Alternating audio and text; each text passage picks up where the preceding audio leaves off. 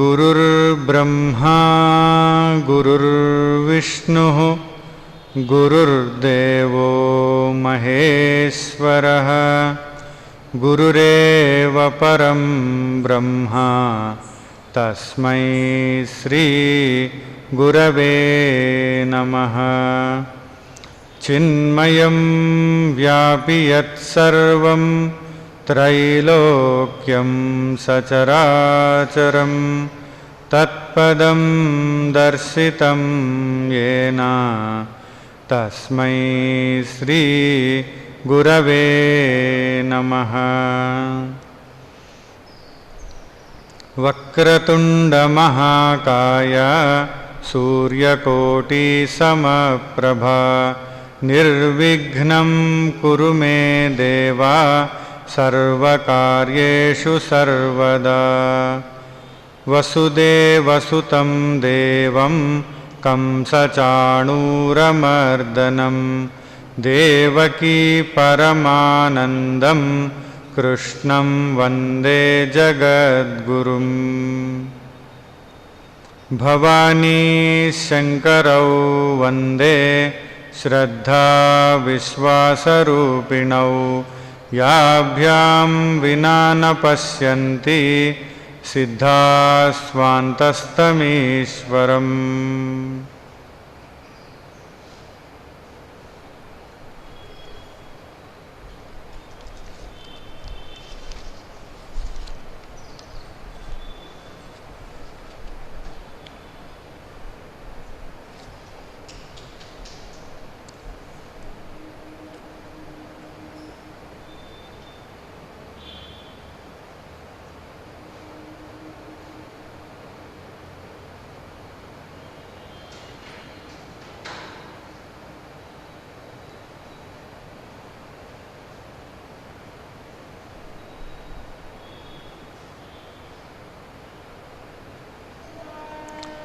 We'll have the Namasmarana. Nischalamanasa Satyavrata Tejasa Nischalamanasa Nischalamanasa Satyavrata Tejasa Satyavrat तेजसा अचल साधका अचल साधका स्थिरमन सेवका स्थिरमन सेवका बापू नायका बापू नायका यज्ञभाववर्धका यज्ञभाववर्धका गांधी नामका गांधी नामका त्यागधन प्रेरका त्यागधन प्रेरका निश्चल मानसा सत्यव्रत तेजसा अचल साधका स्थिरमन सेवका बापू Nykaa यज्ञभाववर्धका Gandhi नामका त्यागधन प्रेरका त्यागधन प्रेरका प्रेमवर्धका प्रेमवर्धका रागभयनाशका रागभयनाशका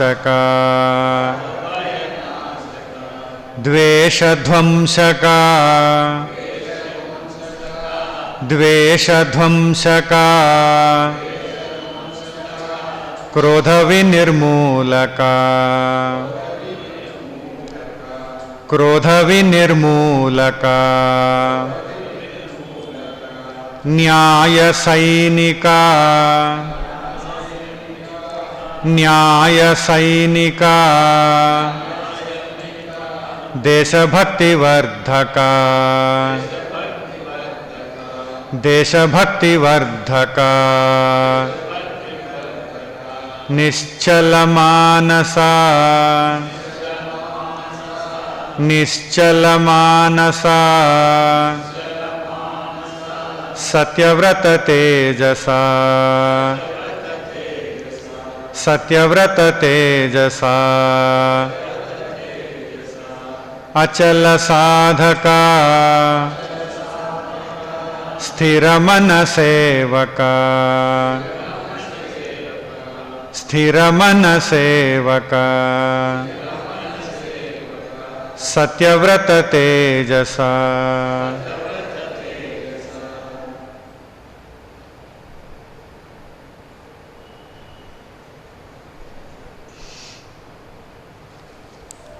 Mahatma Gandhiji's faith and belief in God was of a very different kind in comparison with the common lot. They have the belief because of various reasons. In order to meet their personal ends, fulfill their wishes, wants, one may have belief in God. But when it comes to the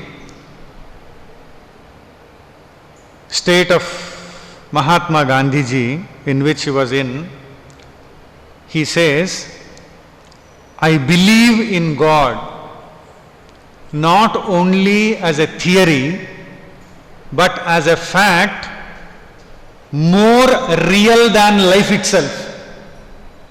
For you and I, whether anything that is mentioned in the scriptures, whatever they say, this is real, that is unreal, whether we understand about that or not, but we know one thing, that we are living, that is real. We are perceiving, that is real. There is so much of the creation going on all around us, so many things are happening, that is real.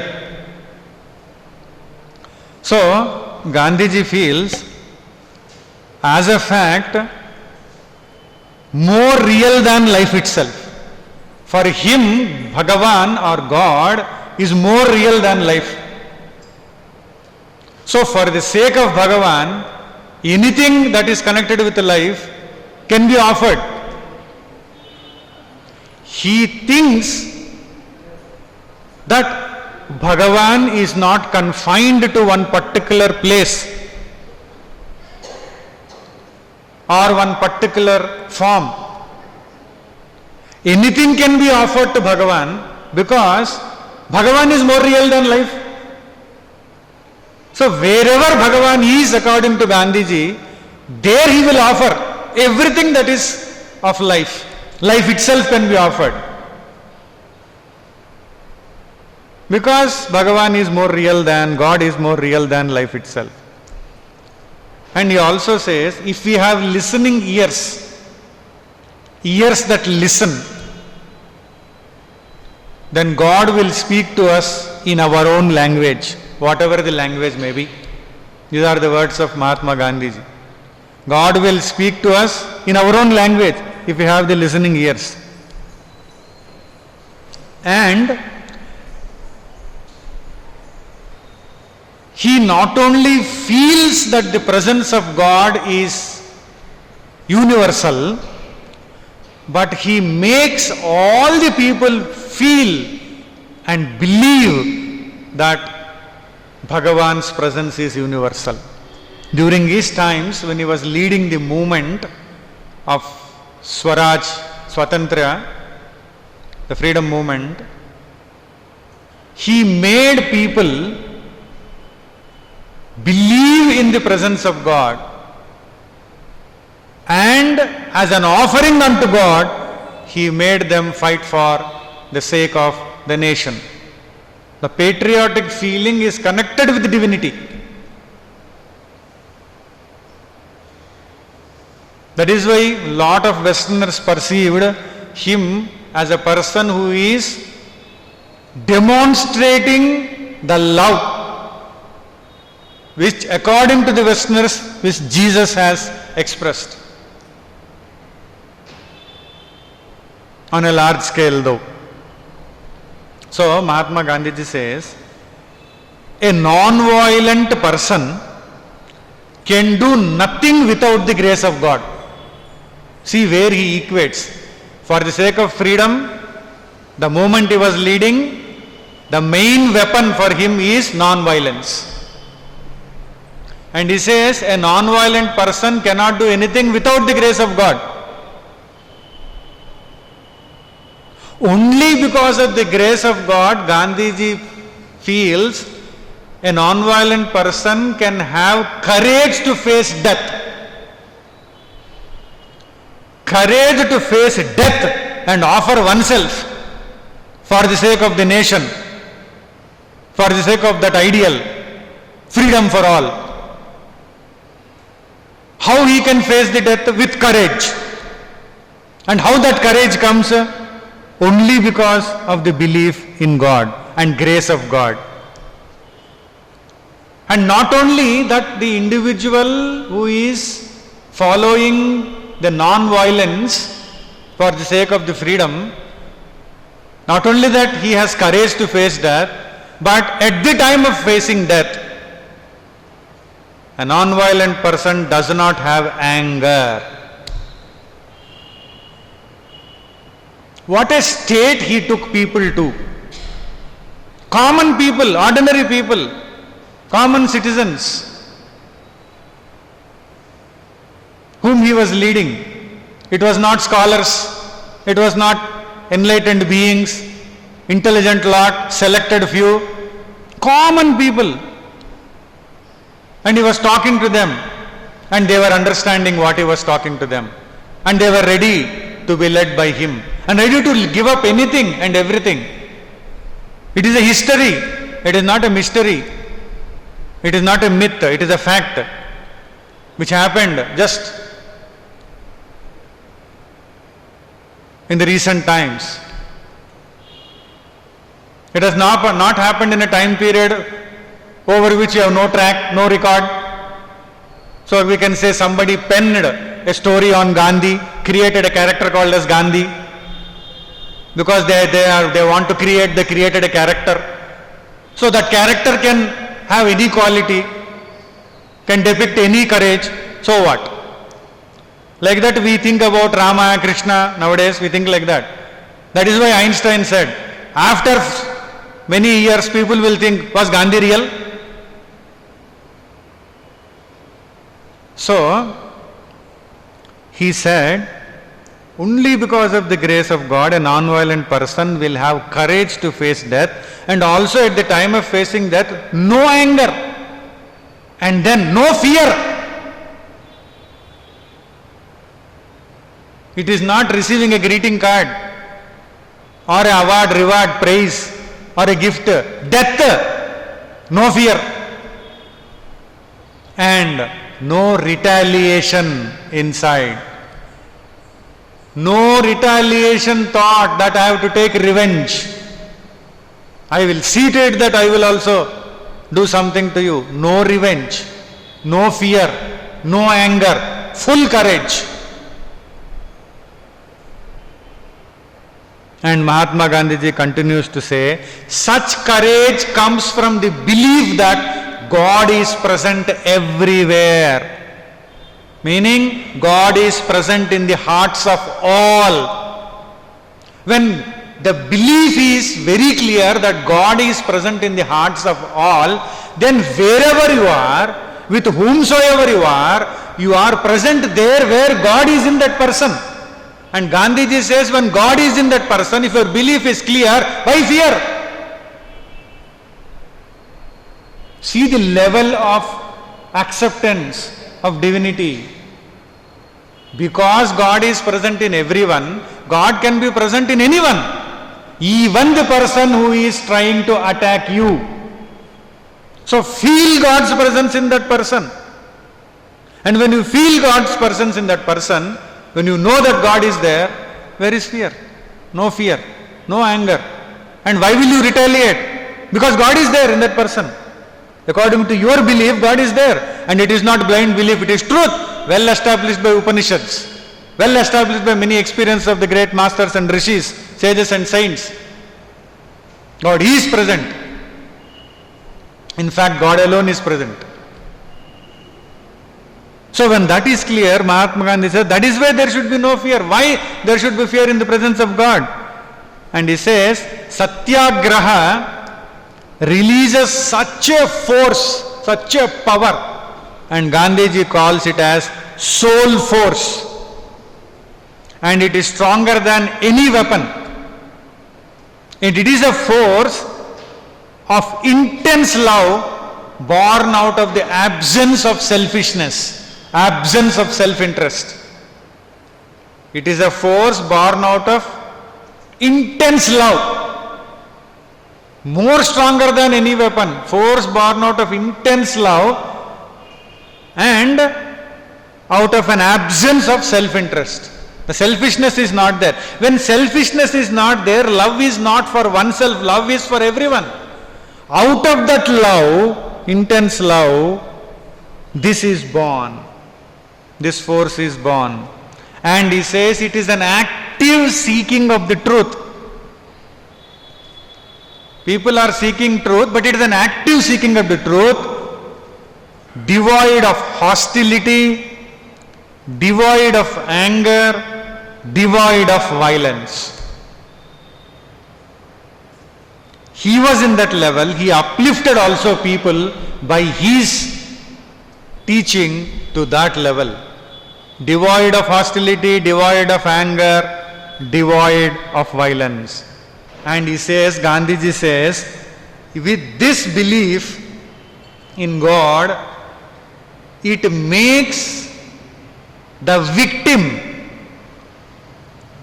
Victim means in the non-violent movement, anybody can become victim. Because the government can utilize the force to oppress, suppress, to finish off the people, to imprison, to try, to put an end to the persons also. That is how people were ready to sacrifice their lives also. And he says, the victim, it makes the victim view himself as one with the attacker. Please think, view the victim of the non-violent movement, freedom struggle, as one with the attacker. Attacker is coming to attack, and he views himself as one with the attacker, because same God is present there, same God is present here. It is not sages, it is not saints, it is not realized masters who are fighting for the sake of freedom, it is common people. And he makes them believe that they are one with those people who are attacking them. What a level of upliftment. To what level Mahatma Gandhi uplifted people. It is not a meditation room where people are trained and tuned in meditation to focus on the self, close your eyes, focus inside. It is not a devotional place where nice melodious bhajans are sung and then you can just enjoy and then nicely swing and then feel that oneness. It is not a party place where they are given all delicious things and nice things to eat and drink, and then after that few minutes they are given some satsanga. It is a battlefield. It is a place where anything can happen. The people may live, people may die, they may be hurt, bones may be broken, heads may be split open. Anything can happen. In that field, he makes the people who are fighting in the non-violent way fight courageously, fight without anger, fight without retaliation, fight without fear, fight without hostility, fight without hatred, fight without violence. But at the same time, feel that I, who is the victim, I am one with the person who is coming to finish me off. What a level. We have heard about the stories connected with realized masters. They depicted this level of identification of oneness. The same God is present in me is present in others also. There are many occasions where these realized masters were confronted with people who were murkhas, who never understood their glory. But even then, they did not do anything. They just felt the same thing is there in them also. But here they are common people. And Gandhiji made them feel like that. Who can feel? Just think of it. Somebody is coming to finish you off and you start thinking, I and you are one. Who can teach like this? Not only teaching, he led people like that. Not one, not two. Millions of people followed him. Millions of people followed him. He gave a call and everybody followed. Only when we go into the depths of Mahatma Gandhiji's thinking and understanding, then only we come to know all this. To what level he uplifted people. Is it anyway lesser than a meditation? Is it anyway lesser than the greatest Jnana Yoga and Samadhi Sthiti? Just think. In the freedom struggle, he uplifted the minds to that level and made them feel that oneness with the attacker. Continuing further, the next essential value, yajna. We have seen so many till now, 11 of them, 12th one, sacrifice. Yajna bhava. Act done for the sake of welfare of others. And it is done without desiring anything in return is called as yajna, the spirit of yajna, the spirit of sacrifice, yajna bhava. In 3rd chapter of the Bhagavad Gita, Bhagavan Sri Krishna mentions a lot about this. Parasparam bhavayantaha. Sreyaha param avapsata. By helping each other, cooperating with each other, supporting each other, you attain the highest good. But here, you are sacrificing for the sake of welfare of others. You are taking up this activity without desiring anything in return. And this, Mahatma Gandhiji says, need not necessarily be done at the action level, but it can also be done at the word level and the thought level. Even at the thought level, you can wish good for others. Thought level. So many prayers are there which wish good for the whole humanity without seeking anything in return. Word level, you can make others feel very pleasant, very nice, very good. At the word level also, you can make them feel. So, action done for the welfare of others without seeking anything in return. Manasa, vacha, karmana. And Mahatma Gandhiji continues to say, any action done not in accordance with yajna spirit leads to bondage. If we want to be freed from all bondages, then we have to act in yajna spirit. And when we act in yajna spirit, Mahatma Gandhi said, don't worry anything about yourself. Leave all the worries to God. Let Bhagavan sit and worry about you. Do your activities, do your duties with complete non-attachment. You have to do your duties with complete non-attachment and for full benefit of others. That is yajna bhava. And Mahatma Gandhi says, this life of true sacrifice gives you true happiness. And when a person experiences true happiness, and such a person doesn't need anything more than what is required for him to live life. Already happy because of yajna spirit, enjoying working for the welfare of others and benefit of others, wanting nothing in return, seeking nothing in return. There is so much of happiness that is experienced. What more is required? Nothing more is required for an individual.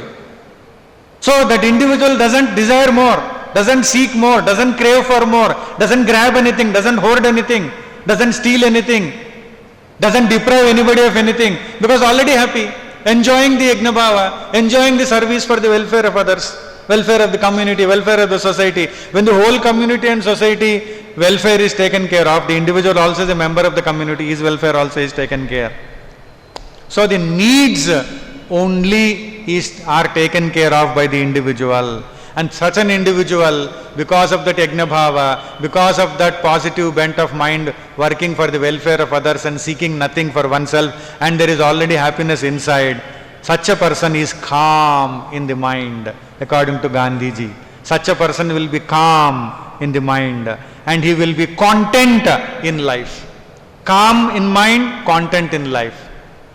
In heart, love for all, working for the welfare of all.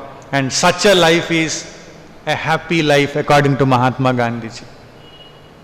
Just think what he was giving to people, how he was leading people.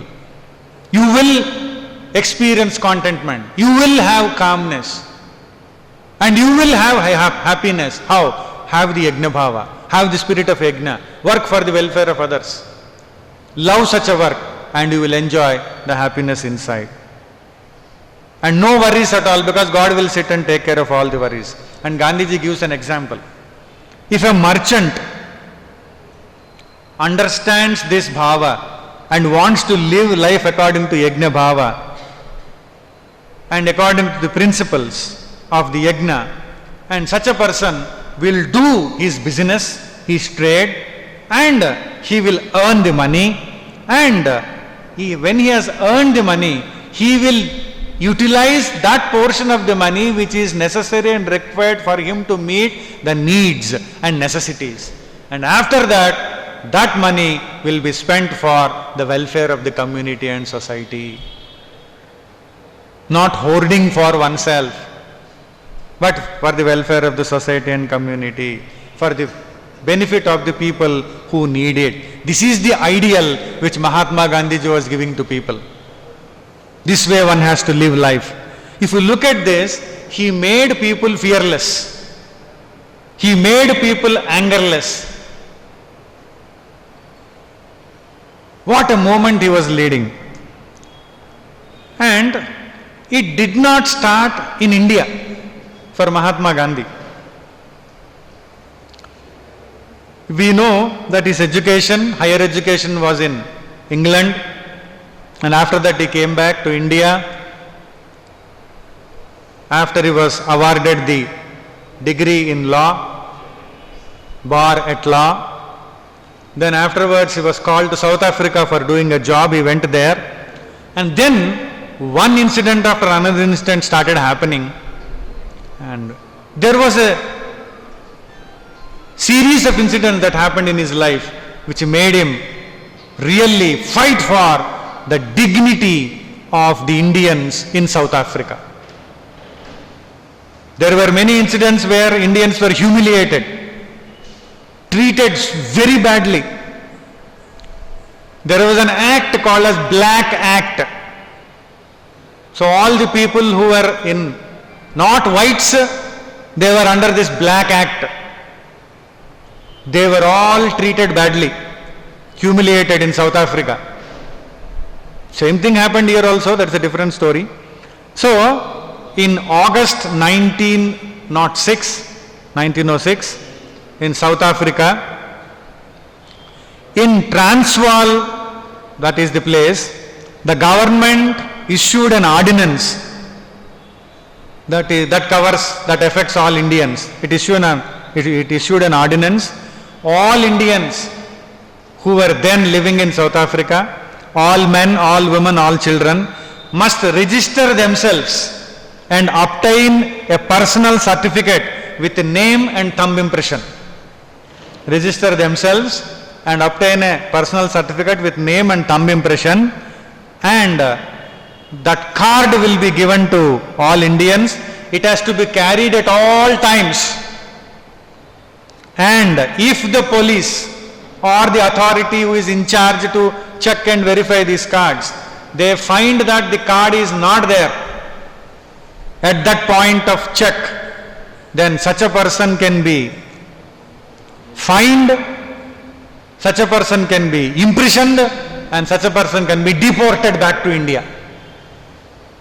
And this was related to the Black Act, connected with Indians.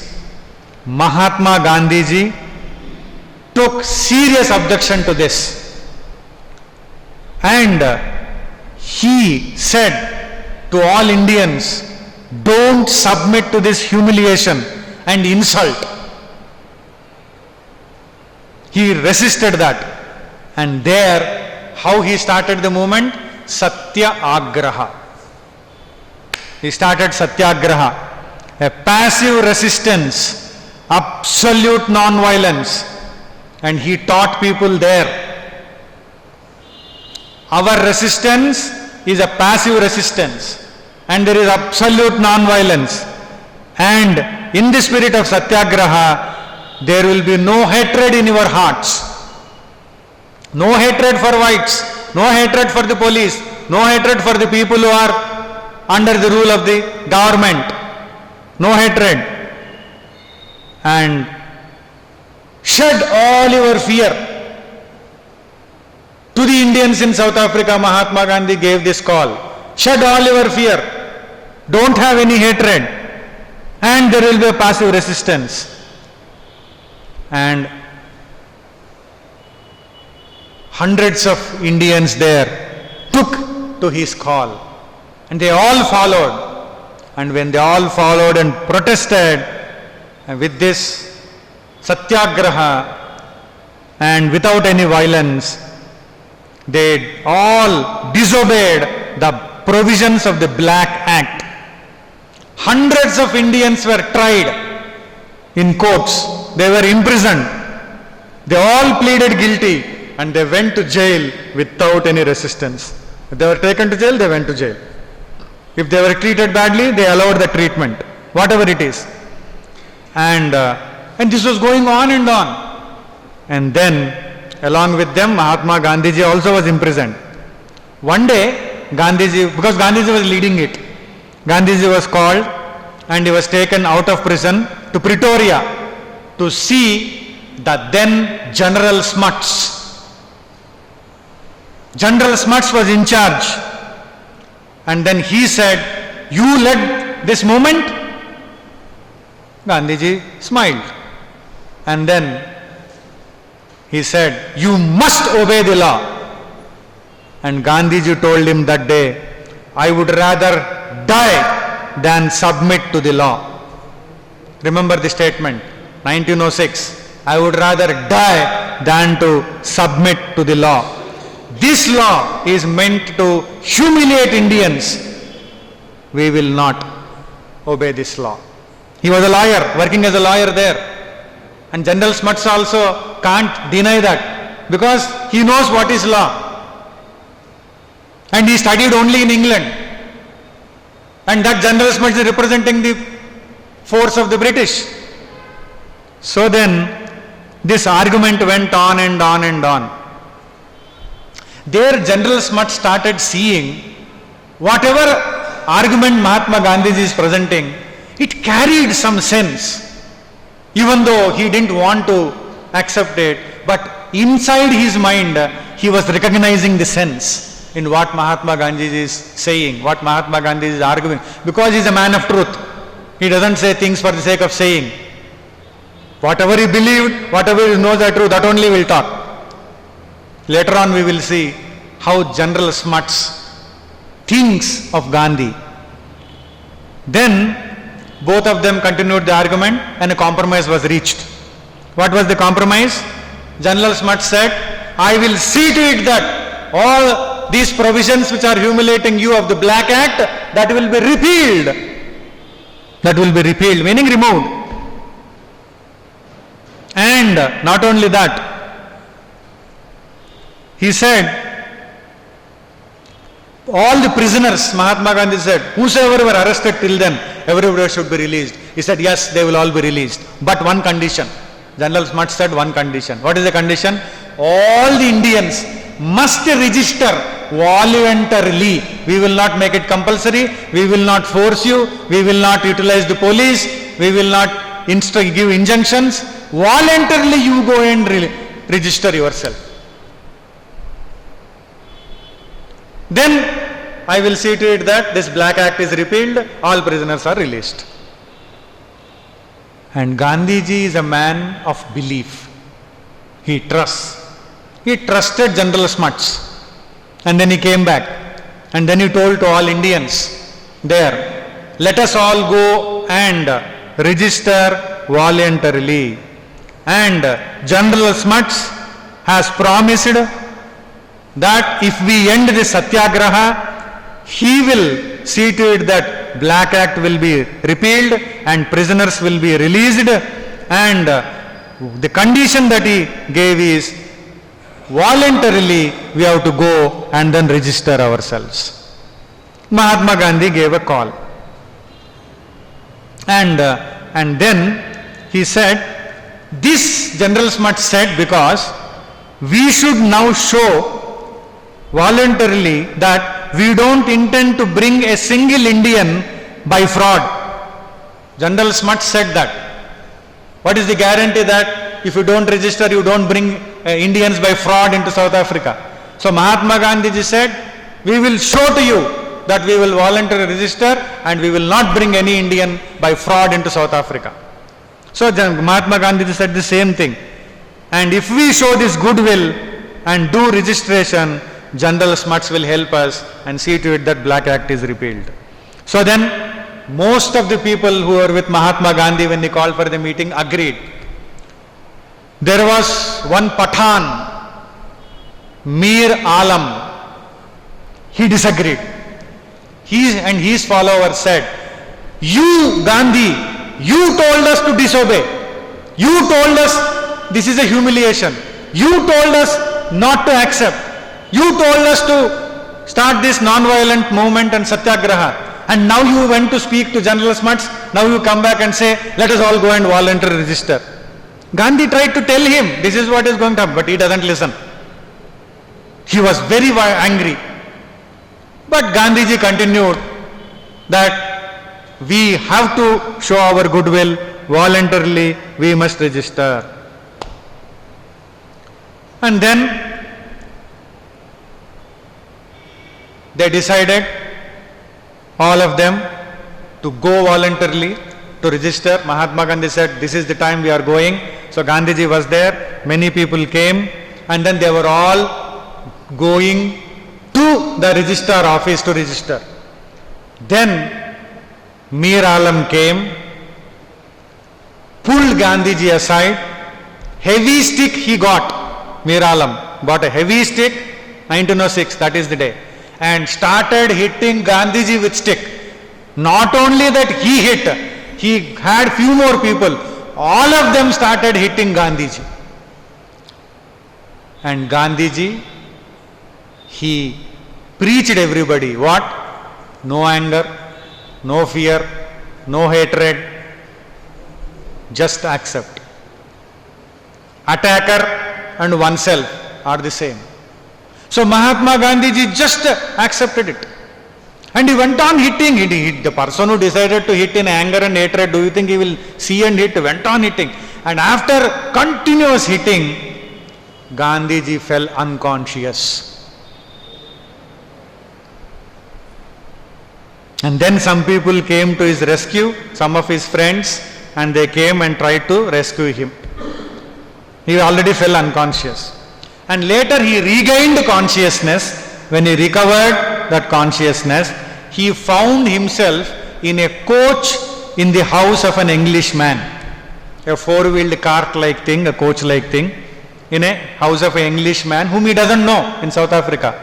And they bet him till he fell unconscious.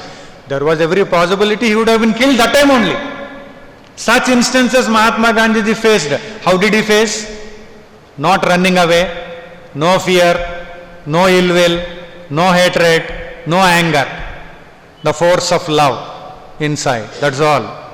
So then he struggled to get up and sit up, because with heavy sticks they hit him. He was struggling. and then his voice also was weak, and he says, "Do not blame Mir Alam. Do not blame Mir Alam." He did not understand what I was trying to tell him. He did not understand why I try to tell everyone.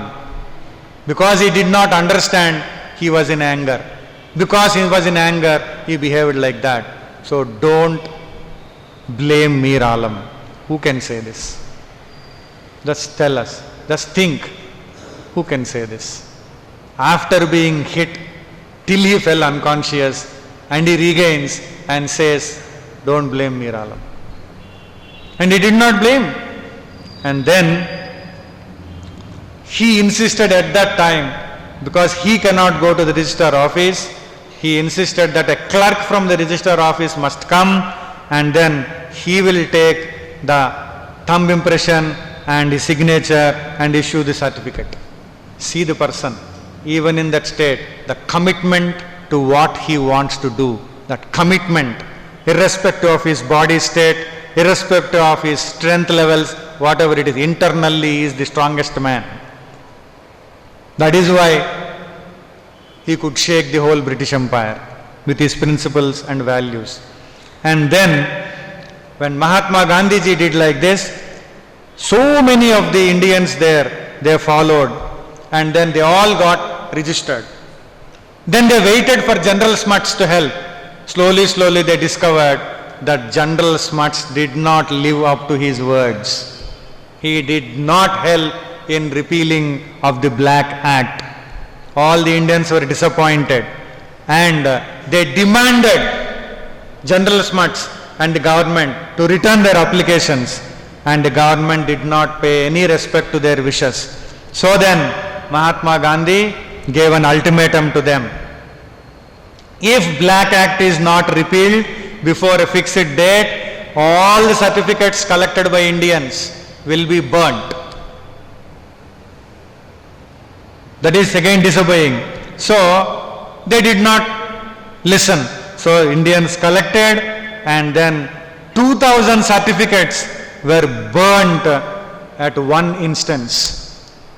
And they burnt, and then afterwards they tried to enter into Transvaal, where their presence according to the law has become now illegal because no certificates. And then Mahatma Gandhiji and his compatriots were imprisoned several times. And it is said in the history that General Smuts was so tough and hard in his approach, in his treatment, he sent Gandhiji to rigorous imprisonments repeatedly. So, third time when Gandhiji came out of the jail, he decided in that meeting that a representation or a delegation should be sent to England to appraise them of this present position in South Africa, where General Smuts has promised something, delivered something, treating like this, and they thought the British government there, if these people as a delegation go there and then present their case, something good will happen to them. So he sent Seth Haji Habib to London at that time. But when he went there, but nothing great happened, and he came back and it was a failure. And then Mahatma Gandhiji decided that now I have to take this movement to heart and more seriously. Then he decided, how can I continue to earn by practicing law which I am defying? He is a lawyer, he is practicing law. And he says, how can I continue to earn my living by practicing law and I am defying the same law? Another provision of that law I am defying, and I am practicing that law. So he gave up his practice. He decided that day, no more practice. Gave up the practice and involved in full-time struggle for bringing the grace and dignity to the Indians. And Mahatma Gandhiji says, if I had no sense of humor, I should have long ago committed suicide if I had no sense of humor. He says, it is not that I am incapable of anger. I am capable of anger, but I succeeded almost all the times to keep my feelings under control. And such a struggle made me stronger, and such a struggle makes anyone stronger. The more I worked at this law, the more I felt delight in myself. The more he controlled his feelings and overcame the feelings, and he managed these feelings successfully, Gandhiji says, I felt delight in my life, a great inner joy in my life. And not only that, I started experiencing the delight in the universe, in the scheme of the universe. And it started giving me the peace and meaning of the mysteries of nature, which I cannot describe or put into words. And Gandhiji says, because he followed these values, because he lived this life with principles, he was able to experience that inner delight. He was able to overcome all the temptations of the feelings, all the pulls and pushes of the feelings. So he says, because of that, I experienced inner delight in myself and delight in the nature, and I could experience the peace. And he says, anyone can do that, anyone can experience that. And Gandhiji said, this perfect state can be reached only when the mind, the body and the speech are in proper coordination. Meaning manasa, vacha, karmana, when all are in proper coordination, one can reach this level of success. And it is not easy to go there. It is a mental struggle, but one will definitely reach. And such a person who is practicing these beautiful principles and values, such a person will never waste one's time in worry. Mahatma Gandhiji says there is nothing that wastes the body like the worry. One should not worry. One who has faith in God, Gandhiji feels, should be ashamed to get into worry, because God is there to take care. When God, you believe in God, and that God is present everywhere, and that God is present in everybody, and you should feel ashamed to worry. Worry means what? You can do better than God, you can plan better than God, you can take care better than God, and God, because you don't know, you don't have the belief that God is everywhere, you get into worry. But here, God is everywhere. And Mahatma Gandhiji says, we work for God and we work for the schemes of God. Once this is clear, then everything in life will be clear like the daylight. Daylight is clear, like that everything in life will be clear. Then he says, then you will come to understand in life that nothing perishes. Death and destruction are actually nothing. Gandhiji goes to the extent of saying the people who live this principled life based on values and then get into this state, and such a person will feel death and destruction are not a reality. They are not a reality. There is nothing real about them. And Gandhiji says then people will understand that death and destruction means change. And he gives an example. An artist, in those days, they used to have a canvas and paint something on that. And some of these artists, they use the same canvas for another painting also. So they will apply another painting and apply another white paint. First they apply black paint and over that apply a white paint so that the earlier picture is not visible. Use the same canvas, because now after black paint, all that forms will be merged into it. Then again a white paint, it becomes a canvas, fresh canvas, again they paint on it. Few decades ago, when this offset printing, computer printing was not there, all these movie signboards, nowadays they print it, in no time they print it. They will put it in computer and print it. In those days it was not printing. There used to be artists who take the photograph and then huge screens they paint. And then they carry on bicycles. 8 or 10 people will be there, all will be synchronizedly bicycling, and they keep that on the head and fix the hoarding. It is a painting. And some of these artists, they pull it down, after that contract is over, again they use the canvas for painting another movie or another advertisement. So that is what Mahatma Gandhi said. It is like that. It is a change. And he says, another example, a watchmaker. Suppose the watchmaker discovers that one spring is not functioning well. It has broken. He removes that spring and puts new spring. Destruction and death are like that to Gandhiji. Leaving one body, getting into another body is like that. Such a person who has this type of understanding, what fear can be there? What second thoughts can be there? So he was leading people in this spirit of fearlessness, in this spirit of surrender unto divinity. In this way he used to uplift. Their people started feeling what Gandhiji was feeling. Leaving this apart, once it so happened that a man was seated in a plane, inside the plane, which was about to take off, but there were few more minutes. And at that time, one very attractive and very charming, beautiful young girl came and stopped right beside him and said, "Those seats are vacant. May I take the seat? May I have your permission to take the seat? Is there anybody else occupying the seat?" And this man looks at that girl, and the moment that girl comes, which is very beautiful, attractive, charming, and asks him, "Can I take a seat beside you?" Wow, what an opportunity. The whole journey he will have the most charming, beautiful girl beside him. He said, "Welcome!" He was so happy, so thrilled. And his ego and his wishes inside rose skyrocketing, went skyrocketing. And they started chatting. What a beautiful girl. And she only came and asked.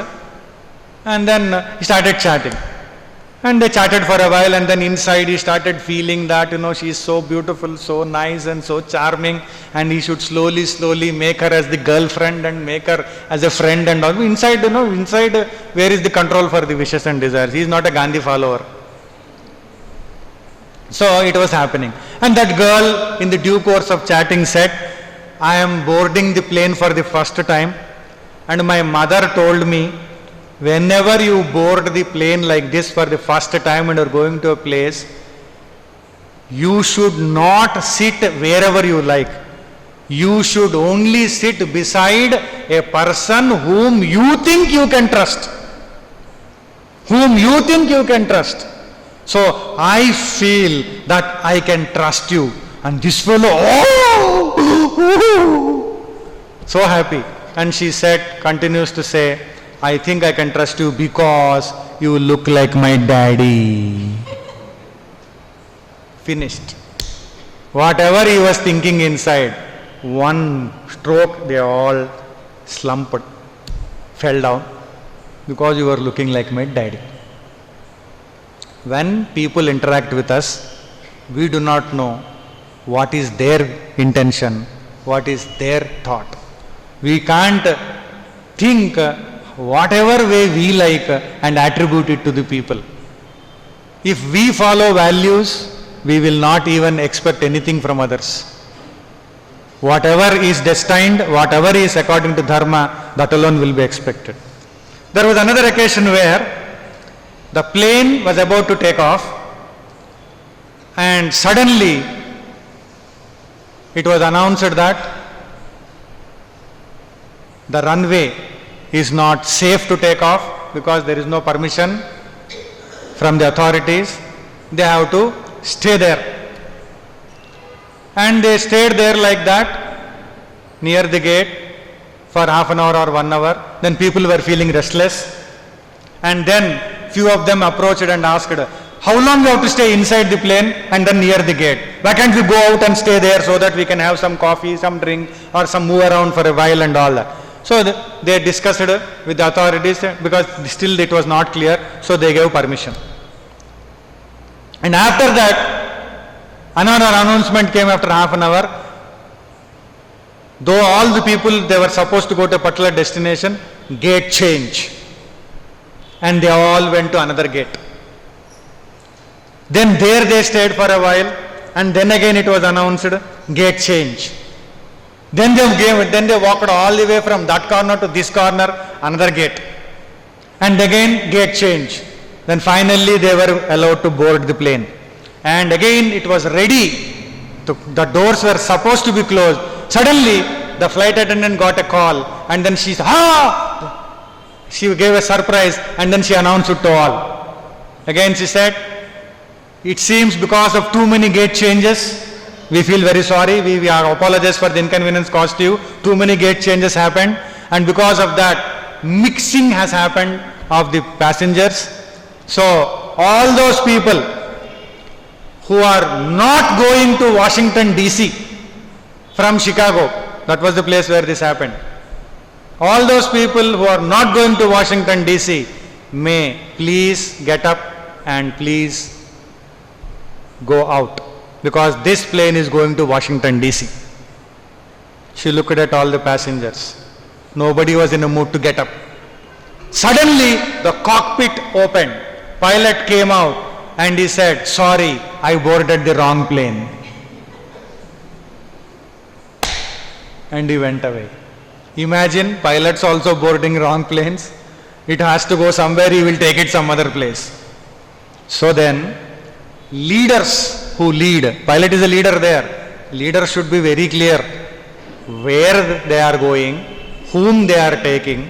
Leading means what? They should be clear about themselves, and then not only lead others. And nowadays you look at the leaders, what values, what principles, and those times of Gandhi times, what principles and what values. We can just imagine how this state is. Gandhiji continues to say about love. Love never claims anything. If you really have love in your heart, it doesn't claim anything. It ever gives. And especially in freedom movement, it is ready to suffer. It never resents, it never revenges. If you have love for your nation, especially in the non-cooperation movement, non-violent movement, Satyagraha, no feeling of revenge, no feeling of resentment, ready to suffer and continuously keep on giving love. And Mahatma Gandhiji says, human beings are products of their thoughts. So, whatever you think, you become. If you think you are one with God, if you think you will recognize God in others, if you think you are in love with everyone around and you are loving with God and God is present everywhere, you will be like that. And Mahatma Gandhiji said, our ability to reach unity and diversity is the real beauty that will manifest in all of us if we have this attitude. And Gandhiji says, justice that love gives is a surrender. Justice that law gives is punishment. And love, according to Gandhiji, is more than law. He says, what a lover gives transcends justice. And lover wants to give to the beloved, keeps on giving, and whatever lover gives to the beloved, still Gandhiji says lover feels still he has not given everything. Still there is much more thing to be given. Because he wants to give more and more. Till there is nothing left. Even then he wants to give. And Gandhiji says, love is the greatest force. And he says, the more efficient a force is, the more silent and more subtle. All efficient forces in creation are silent and subtle. And he says, love is the subtlest force in the world. At the same time, love is the strongest force in the world. And a person who loves is really humble. And Gandhiji says, I love my country. I love all my country people. And at the same time, I love all mankind. As much as I love my country people, I love all mankind. That is the reason why, when the World War was going on, people went to Gandhiji and said, England is in confusion now because it is fighting the war. This is the time for us to take advantage and then revolt. You know what Gandhiji said? No. We cannot take advantage of difficult situation of England. When they are in difficult situation, we need to support them. And he was there in England to organize so much of first aid type of treatment that was to be given for soldiers who were fighting the war, who got injured and came back. Think of Gandhiji's level of love. He was not hating the people. He wanted to settle all issues through discussion and through non-violent protest. He did not accept the suggestion. This is the time. Come on, take undue advantage. Mauka ka fayda uthao. No. We need to serve. He served them. That is how he won over the hearts of all. He was fighting with them, but they can't fight with him because he is lovingly fighting with them. What can they do? You love, but you fight. You fight for your cause. And they understand, yes, this is the cause. And he leads millions, 300 million people were following. According to Clement Attlee, that's what he told to Winston Churchill. 300 million people. I have never seen such a mass patriotic awakening of the feelings. One man awakening all the feelings, and he is leading people. So that is what Mahatma Gandhiji is. And he says love is the strongest force in the world and it is humblest. I love all mankind as I love my countrymen because God dwells in the hearts of all, every human being. God dwells in the hearts of every human being, and I aspire to realize the highest in life through service of humanity. I serve everybody. I love to serve everyone by seeing God in them. Gandhiji's struggle for freedom, we know it did not begin in India. 21 years of his life was spent in South Africa. A struggle for social justice, for the dignity of man against the racialism, and he was fighting. And there he succeeded to a great extent in South Africa. And Gandhiji once, it seems, he wrote, I was born in India, but I was made in South Africa. Meaning, all his experiments, satyagraha, ahimsa, all kinds of value system he had, he experimented everything in South Africa and he won to a great extent. And now we again remember General Smuts, who sent Mahatma Gandhiji many times to rigorous imprisonment. And each time Gandhiji went to jail, he learned something. He came out more and more wiser, more skillful. Once it so happened, and never ever Gandhiji was out of sense of humor.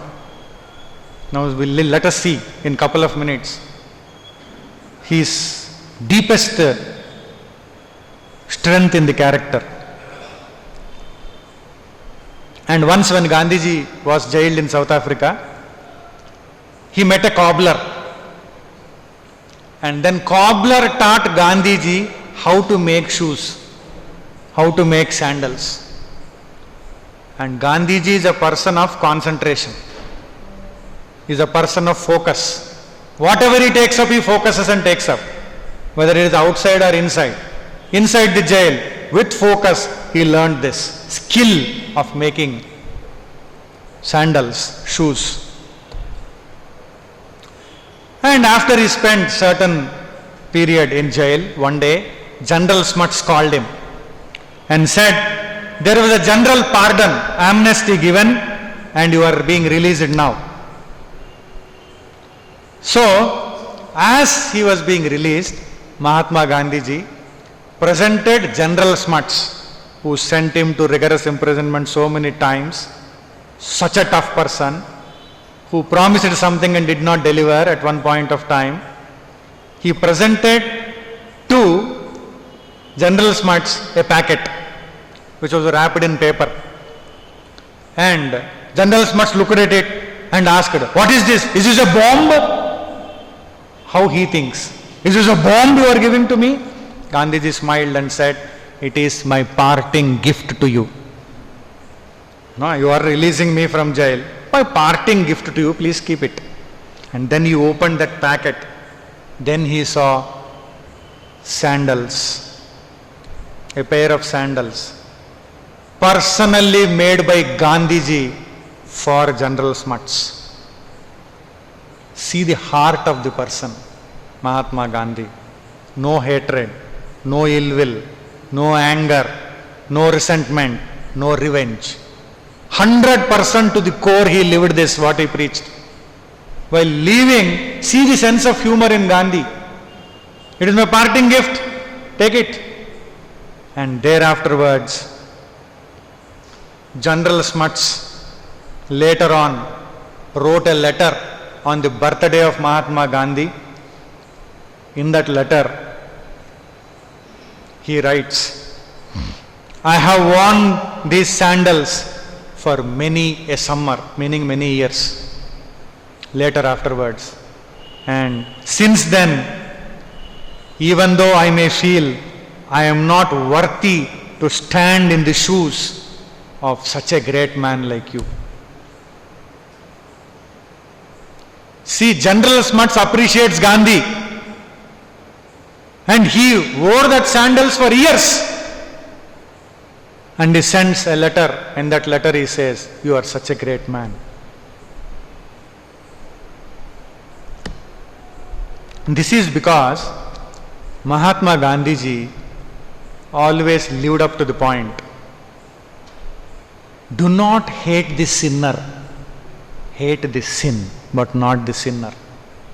He might have committed mistakes and wrongs, but he never hated General Smuts.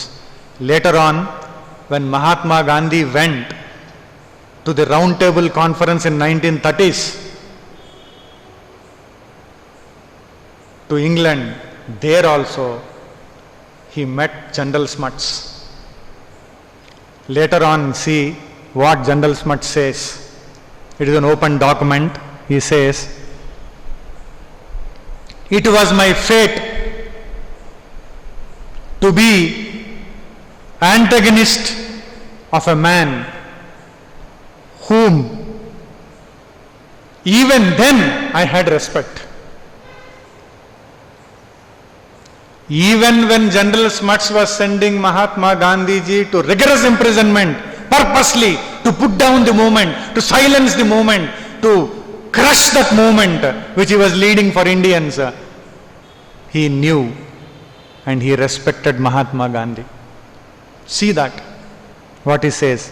"It was my fate to be antagonistic of a man whom even then I had respect." Gandhi never forgot human background of the situation. General Smuts says this. Gandhi never forgot human background of the situation. And he says, next statement, Gandhi never lost his temper. Who is giving certificate? One who tried his best to put him in jail and give rigorous imprisonment, punishment, and that man gives certificate. Gandhi never lost his temper. And Gandhi never succumbed to hatred. Never succumbed to hate. Who is certifying? General Smuts. Gandhi never lost his temper. Gandhi never succumbed to hate. And he says something so valuable. Gandhi preserved his gentle humor even in the most difficult situations, most trying situations. Gandhi preserved his humor.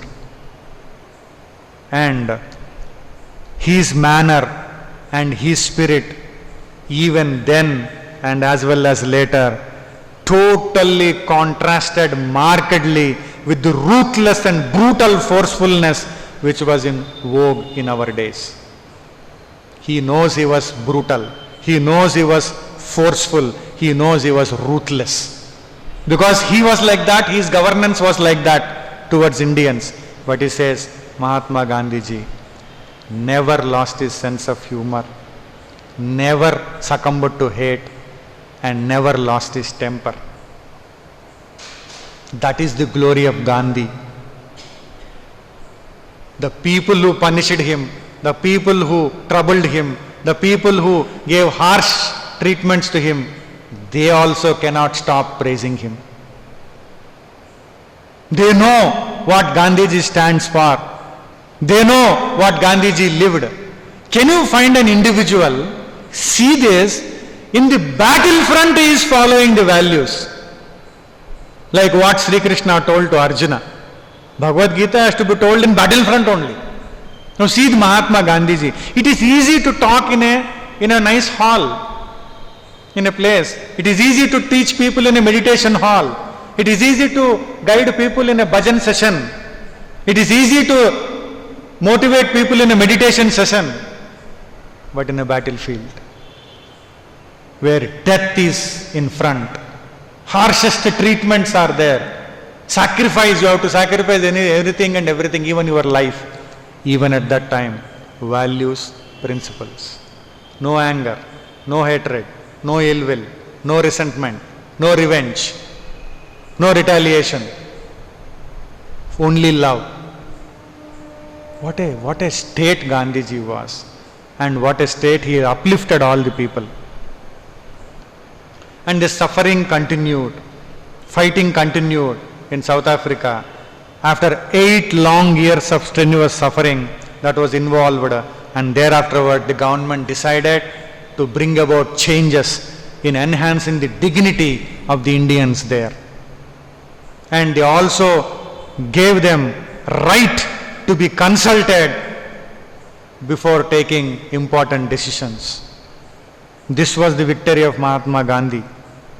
And they gave them respect, and not only that, it is at that time the government there vindicated the Satyagraha, meaning removed all charges against that movement, and it said it is legal and lawful to protest passively in a non-violent way.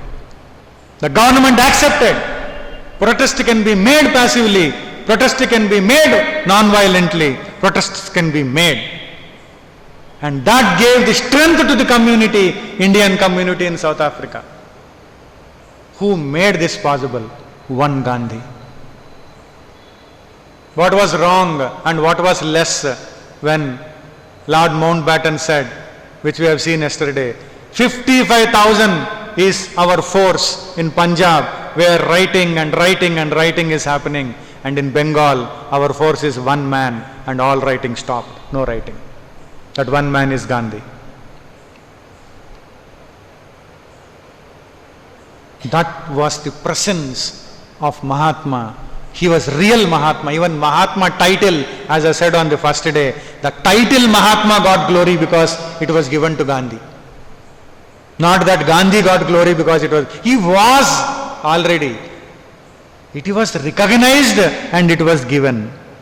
And Mahatma Gandhiji felt at that time, experience in South Africa shows that Indians will neither deserve nor gain the respect of their European neighbors until they give unmistakable signs of their own capacity for self-respect. And after that, when he came to India, already he knew how to lead. He knew how to take charge. He knew how to take people ahead. And that is why when he came to India, very soon all the leadership came to Gandhiji. Everything was handed over to Gandhi. And one man was inspiring everybody. Millions, hundreds of millions of people followed what Gandhiji said. Because he lived it, he practiced it, he demonstrated it, and he showed it to people. It is possible. That is why people used to go and participate. Another very beautiful thing with Gandhiji started is the Sarvodaya movement. This is coined by Mahatma Gandhi. Sarva means all. Udaya means awakening. Awakening for all the people in the world, irrespective of their nationality. It is love for all mankind without distinction. Without distinction of caste, creed, color, class, nationality, sex. A principle of greatest good for all, Sarvodaya movement. Greatest good for all. Awakening for all the people in the world. And there were few points which Gandhiji was mentioning. Everybody should have the full opportunity to strive for self-realization. Every person should be given an opportunity for the self-upliftment and upliftment of the society. First point is of self-realization. Second point, opportunity for self-upliftment and upliftment of the society. The economy of the Sarvodaya society should be service-based and not profit-based. And then the values, non-violence, non-possession, non-stealing should be the characteristics of the social order in the society based on the principles of Sarvodaya. Non-violence, non-possession, non-stealing. And there will be a perfect balance between the individual, the society and the state, with a specific role to be played by all of them. And this was a great movement again, which helped many people. When Gandhiji went to London for the sake of roundtable conference, he stayed there for 12 weeks. And during the course of his stay, he stayed in a very poor place, poor people's place in London, where when Gandhiji went, he was so popular by then because of leading the movements in India. Hundreds and thousands of people came there to see Gandhi, Mahatma Gandhiji. Even all of them were Englishmen. They came to receive Gandhiji because he expressed his love for all. And people understood, he loves us also. They feel that he loves them because he lives like that, he expresses like that, because he sees God in everyone. And there was an occasion where Gandhiji met many important people. And one of the occasions was meeting Charlie Chaplin. Do you remember cartoon type of movies those days? Charlie Chaplin was very famous. A representation came from Charlie Chaplin that he wants to meet Mahatma. He wants to meet the great personality. Initially Gandhiji was feeling, what will I do by meeting this person? Because he did not know who Charlie Chaplin was. He had time to see movie. People told him, he makes this comic type of things and then like a buffoon and all that. But still, he was very popular with the poor people. And Gandhiji met and they discussed some important things. And after that, one of the people who says at that time, he writes,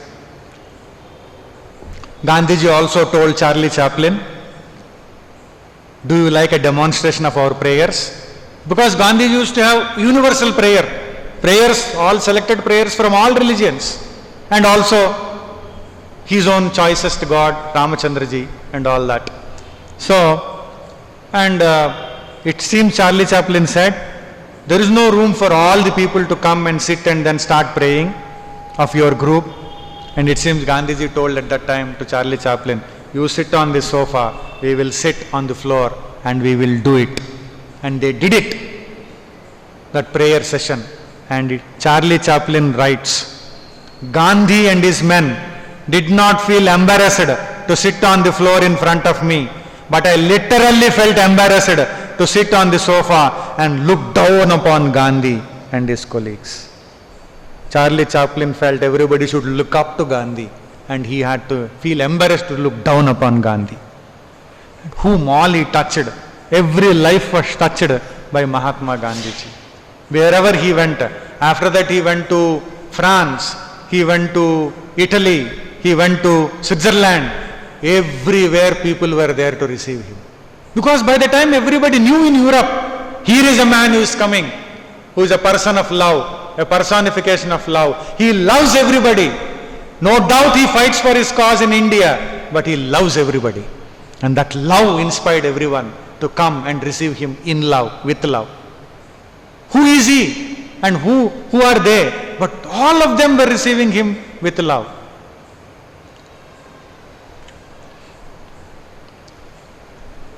Gandhiji had a very able secretary, Mahadev Desai, who was taking care of many things of Mahatma Gandhiji, lessening the burden. There came 1940s after 1930 struggles.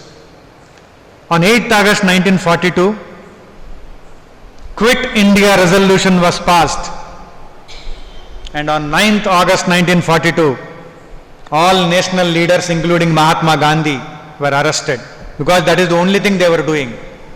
If anything passed, they want to put it down. How put it down? Arrest.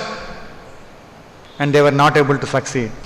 So then, Mahatma Gandhiji was taken to Aga Khan Palace there, and at that time Mahatma Gandhiji told Mahadev Desai, see, before all this happened, he said,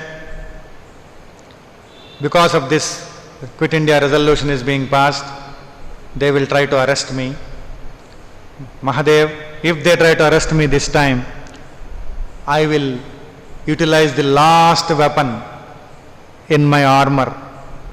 That is, I will undertake fast unto death. Fast unto death. And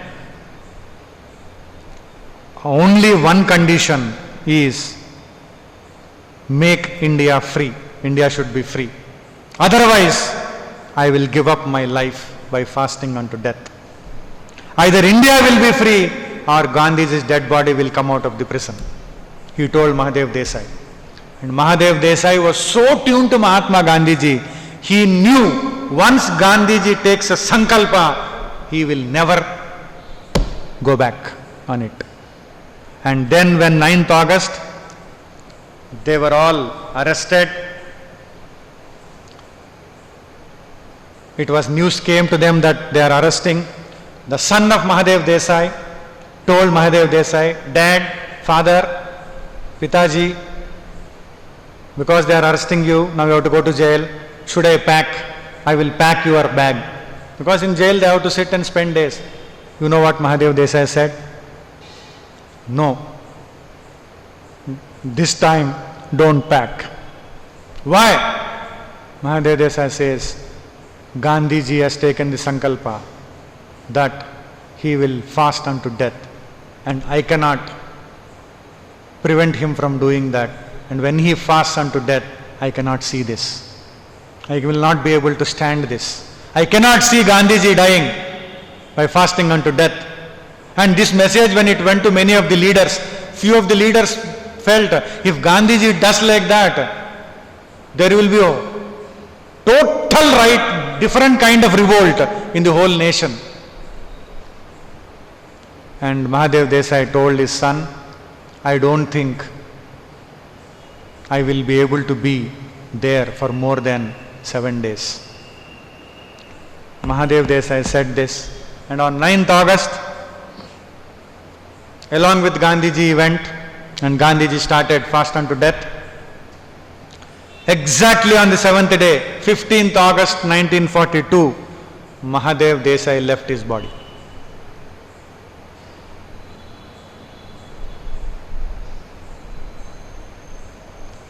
The followers of Gandhi